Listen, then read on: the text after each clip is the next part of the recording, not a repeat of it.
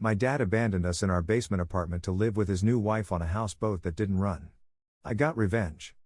This story starts 31 years ago, but the revenge part was pure serendipity that began 2 years ago. I'm going to shorten most parts because it's a crazy ride, but I'll be happy to answer any questions y'all have. I learned a fuckton on this journey, and part of the reason for this write-up is to share that with others. The beginning.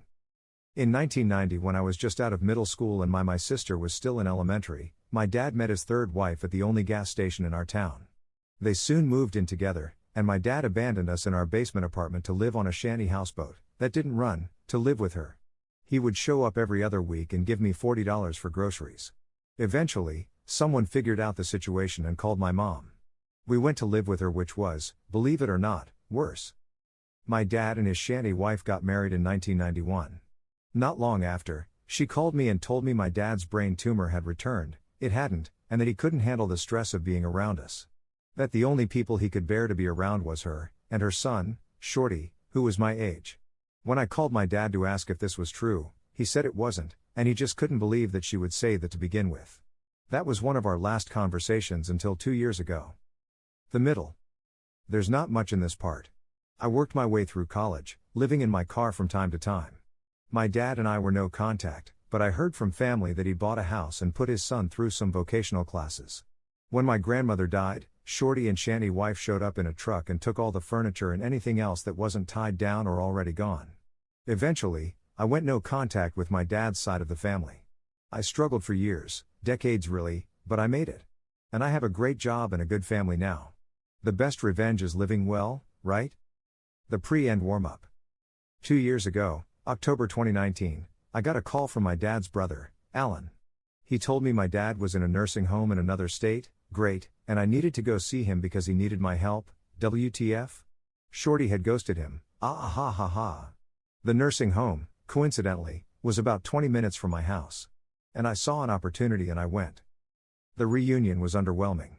I didn't want to make amends, but I did want to hear how he wound up dumped and all alone in another state.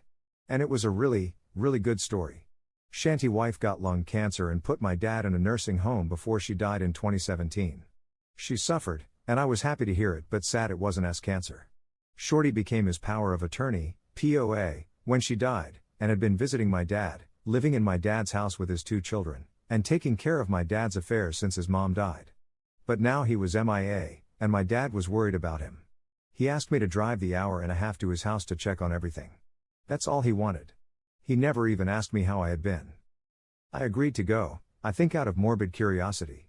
I'd never even been to my dad's house. I did want to see where he lived with his real family for 30 years. I wanted to see what could have been my life. It was 50 shades of fucking awful. The grass hadn't been cut all summer. You couldn't get to the front door for the overgrowth. There were 3 pickup trucks in the yard, 2 were full of trash. Cabs and beds and back seats, just trash. Mail, clothes, paper, shoes, garbage bags. I couldn't understand it. My dad's handicapped modified SUV was on 4 flats and full of garbage, too. I didn't have a key, so I just walked around. From what windows I could look through, the inside was in shambles and hoarded to hell. On the front and carport doors were dozens of notices from the city that they were going to condemn the place. The carport was also hoarded. Boxes and boxes stacked on each other, most rotting from the rain. The yard was full of garbage. Broken Christmas ornaments, more shoes, rusted tools, old toys. There was a letter in the mailbox notifying him that since the house was abandoned, mail would not be delivered anymore. That night, I Googled powers of attorney and how to use them. I went back the next day and showed my bedbound dad the pictures on my phone. He vowed to beat Shorty's ass, then asked me to help more. I told him I would, but he'd have to sign power of attorney over to me. All of it, durable, financial, and medical. If he didn't, he could figure this shit out by himself. He agreed, so I set about finding a lawyer who would drive to another state and do the paperwork in the nursing home. Bless that lawyer for being so good at his job, because all I did was tell him what I knew, and he put together a beautifully bulletproof POA. It was full of stuff I didn't even know I would need. He also filed the paperwork to revoke Shorty's POA. And now I'm unstoppable. We're from a small, rural town and it's the kind of creepy, landlocked place that, no matter how long you've been gone or how far away you've been, when you go back, you'll see someone you know. Even if you don't know you know them. It's like playing 7 Degrees of Everybody, all the time. It's suffocating. But it can also be helpful. The beginning of the end. I got to work the next morning. I didn't know how scorched the earth would be when I finished, and I didn't want Shorty or anyone from his prolific, inbred family trying to find me, so I made sure nothing I did had my name on it. I opened a Google account for my dad and got a Google number. I opened a P.O. box for him in his town. I put in a mail forwarding notice. I pulled his credit report. I took the POA to my dad's small town bank, changed the address on his accounts and got new account numbers. I requested copies of every transaction back to the day Shanny wife had died, about 13 months worth. I had to go to the main branch, 2 hours from my house, the next day to pick the records up. I sat in the lobby all afternoon, going through the account. I cornered a service rep and got a crash course in his debits and deposits. This is when I figured out the extent of Shorty's staggering stupidity. My dad got about $5,000 a month in disability and Social Security every month. Twice a week, Shorty was going into a branch and withdrawing cash. All of the cash. For 13 months. And every time he did it, as the POA, he had to sign a form stating that he was acting on behalf of my dad, and that form was notarized by the bank. I went through every withdrawal and got the bank to confirm that every one of them was made by Shorty. Then I went to the house and called a locksmith. I knew it was bad, but I had no idea what was waiting for me there. He got the first door open, and the stench rolled out like a fog bank. We both gagged. 2 locks later, I was so embarrassed by what he had to see and smell, I gave him a $60 tip. And, with shiny new keys in hand, I called the cops. I told them I was POA for my dad, was checking on his house, and there were 3 vehicles there that didn't belong to him. He asked me if I knew who they belonged to. I said no, and I wanted them towed.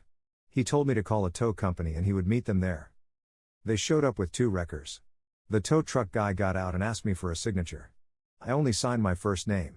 As I was signing, he asked, "Do you know Shorty?" Running on pure hatred at this point, I surprised myself. "Do you?" I asked.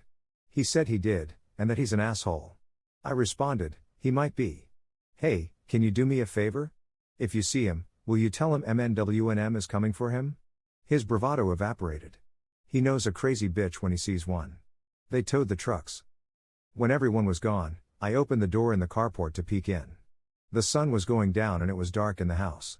I heard something faint, and after some seconds realized it was the roaches and the rats doing their roach and rat stuff. I could smell it all in my hair. I sat on the carport steps and watched the sun go down. I was mad. Just so fucking cosmically livid that 72 hours was all it took to dissolve 3 decades, and here I was, stinking and listening to the rats and cleaning everyone else's shit up.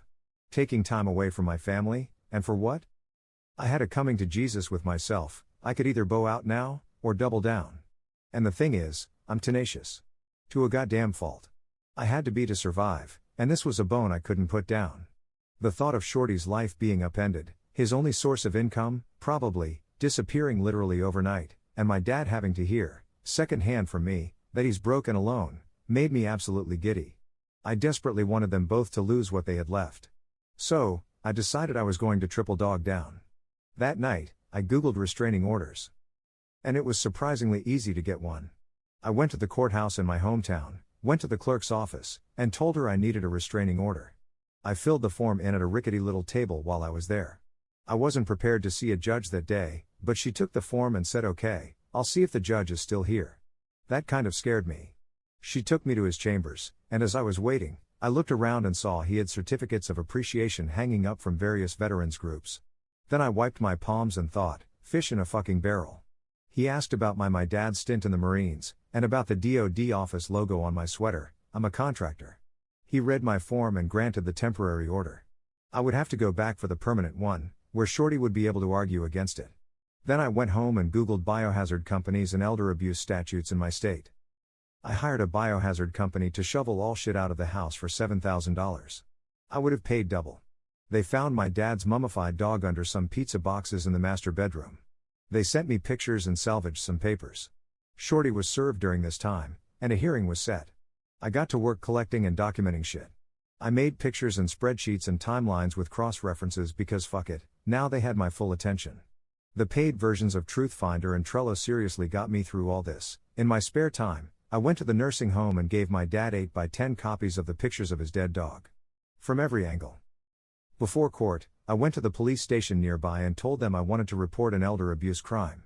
A white-collar detective came out and told me it was a domestic matter and that since Shorty had been POA, everything he had done was legal.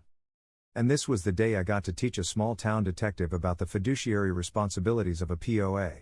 Thanks Google. I handed him a copy of the statute with the applicable sections highlighted. Then I handed him a thick folder with bank statements, pictures of the hoarded house and dead dog, a copy of my dad's credit report that showed he was tens and tens of thousands of dollars in debt, and a spreadsheet listing every cash withdrawal with a running total of the stolen amounts. The grand total was just over $130,000 in cash. That's not including the lost value of the house or the credit cards he opened and used. I told him he could keep that folder since it wasn't the only one I had. Then I told him I would wait for a case number, and I sat down. He came back about 30 minutes later and apologized, said I had a case, and gave me a case number. Then I headed over to the courthouse. This is the end. There were other people there and I had to wait my turn. And while I was waiting, that stupid motherfucker schlepped his sloppy ass into the courtroom, by himself and obviously, literally, non-metaphorically, dirty. His shoes were untied and that turned my giggle box over. Then it was our turn and we stood up. The same judge asked me some questions, asked him some questions, and asked me if I had any proof. I had a very thick folder of it. The judge asked me if I had gone to the police. Well, yes, sir, I have. Do you have a case number? As a matter of fact. The order was granted, permanently and for life, but not before the judge halted proceedings and told Shorty he needed a lawyer. Someone told me that the courthouse would have a copy of my dad's DD 214, discharge papers, so while I was there, I got a copy of those, because why not? I also used my POA to take Shanty wife off the deed to the house. That way, if my dad died and it went into probate, Shorty had no immediate claim. I also went and got copies of my dad's birth certificate and Shanty wife's death certificate. Technically, stepchildren can't request that info, but the clerk who waited on me recognized my dad's name and told me she lost her virginity to my Uncle Alan in the 60s, and went to my grandparents' funeral.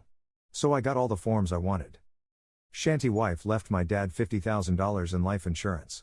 About $35,000 of that was left since Shorty was spending my dad's money and not his mom's.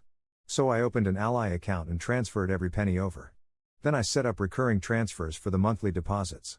At any given time, there was no more than $100 in his account. I also found a house flipper that paid me enough for the house to pay off his mortgage. That's the thing about probate, there's nothing to fight over if there's nothing there. And I made sure there was fucking nothing there. My dad died thinking he still owned a house. Speaking of which, this is about the time I found my dad's life insurance policies. They were up to date, and Shanty wife was the beneficiary. My POA didn't allow me to change beneficiaries, but it allowed me to assign them, and since Shanty wife was dead, there was technically no beneficiary. This is where the death certificates came in handy.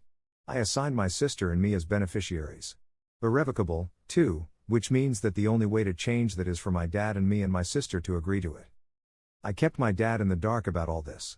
The only thing he ever really knew about was the restraining order and his dead dog. I found out that he had purchased the gravesite next to Shanty wife and wanted to be buried next to her. That was just never going to fucking happen. I googled national cemeteries, and found out he qualified to be in one since he was a disabled Vietnam-era veteran. So I arranged for that, instead. All the cherries on top. My dad died in June this year and I was there. He's buried in a national cemetery far away where no one will ever go visit him. The only obituary I ran was on the funeral home's website and that only for insurance purposes. I wrote it as vague as possible. There was no service. His urn is purple, the color he hated most. I got a call in August from the prosecutor's office in my hometown. The lady on the other end is married to my first cousin because of course she is, that's how it fucking works there. Shorty was arrested just after midnight on July 1st, was still in jail, and had been arraigned on felony elder abuse charges. He's facing 10 years in FMETA prison. She told me not to expect the trial anytime soon, as it can take up to 3 years for that to happen. I told her that was awesome since the uncertainty will hopefully haunt him. And after all that, he's still got prison to look forward to. He lost his kids. He lost his dad. I'm spending his mom's cancer money. He lost his free house and trucks. He has no credit and will never be able to get any sort of decent job and will, hopefully for a long time, not be able to find a decent place to live. And I sleep like a fucking baby. Update. To recap, Shorty, my stepbrother, was my dad's power of attorney while he was sick and had heinously abused his position, stealing a very large sum of money. When I got involved, I got a restraining order against Shorty, filed charges, took over my dad's care, and exacted some sweet revenge in the process. I was warned by the court's victim's advocate, who is my first cousin because that's how it is in that town, that bringing Shorty to trial for what he did would take a very long time. She was correct. In the meantime, I monitored Shorty's online activities. When he moved out of state, I called the court and let them know just in case it violated his bail. When he got a job as a truck driver, I called the court to let them know he was repeatedly leaving his home state just in case it violated his bail. Then, 6 months ago, I got a call from the same victim's advocate. The trial was going to be set soon, and the court wanted input from the family regarding possible plea deals and sentencing. He was indicted on felony elder abuse and was facing 15 years in prison. The advocate let me know that the family could request prison time, or plea him down to work release with restitution. The upside to prison was obvious, but the downside would be that we would not likely receive restitution since he'd be perpetually poor and in prison. With work release, we would receive restitution, but he would have his freedom. Somewhat. She wanted to know which we preferred. I asked for the night to think it over. Shorty's future rested in my hands and I wanted to savor it. What kind of God did I want to be? To decide, I needed to do some math. If he went to prison for 15 years, he would be out in half or less. 7 years is a long time. But restitution would surely take as long if not longer, and I would get the pleasure of taking his money every month, for years and years and years. I liked the thought of him working every day, toiling away in shit conditions for shit pay and him knowing that a portion of that shit day would be for nothing. I loved the thought that I would be the reason for it. So I called her back and told her we would be okay with a plea deal to felony supervised release and restitution. I didn't hear anything further until last week, when the advocate called me again to let me know he'd accepted a deal. The deal? He pleaded guilty to felony elder exploitation, first degree. He received 15 years, split and suspended, which means he won't serve any jail time. 2 years will be on felony work supervision where he'll have to call into his parole officer every day and be drug tested almost as frequently. After that, he'll be on regular probation for up to 5 years. The judge will schedule check-ins with him to ensure he's paying restitution and meeting the requirements of his work release and parole. The restitution. He has to pay back $130,539.39. He was ordered to pay $300 a month beginning January 1, 2024. My math gamble paid off. It will take him 36 years to pay that back at $300 a month. If he misses a payment, he will go to jail. I will be in his life for decades, taking back from him bit by bit what he stole. So I think that's going to be it. I've done everything I can do, apart from being there to catch him if he violates the terms of his release. Thank you for reading this tangled web of revenge. I hope it warms your heart for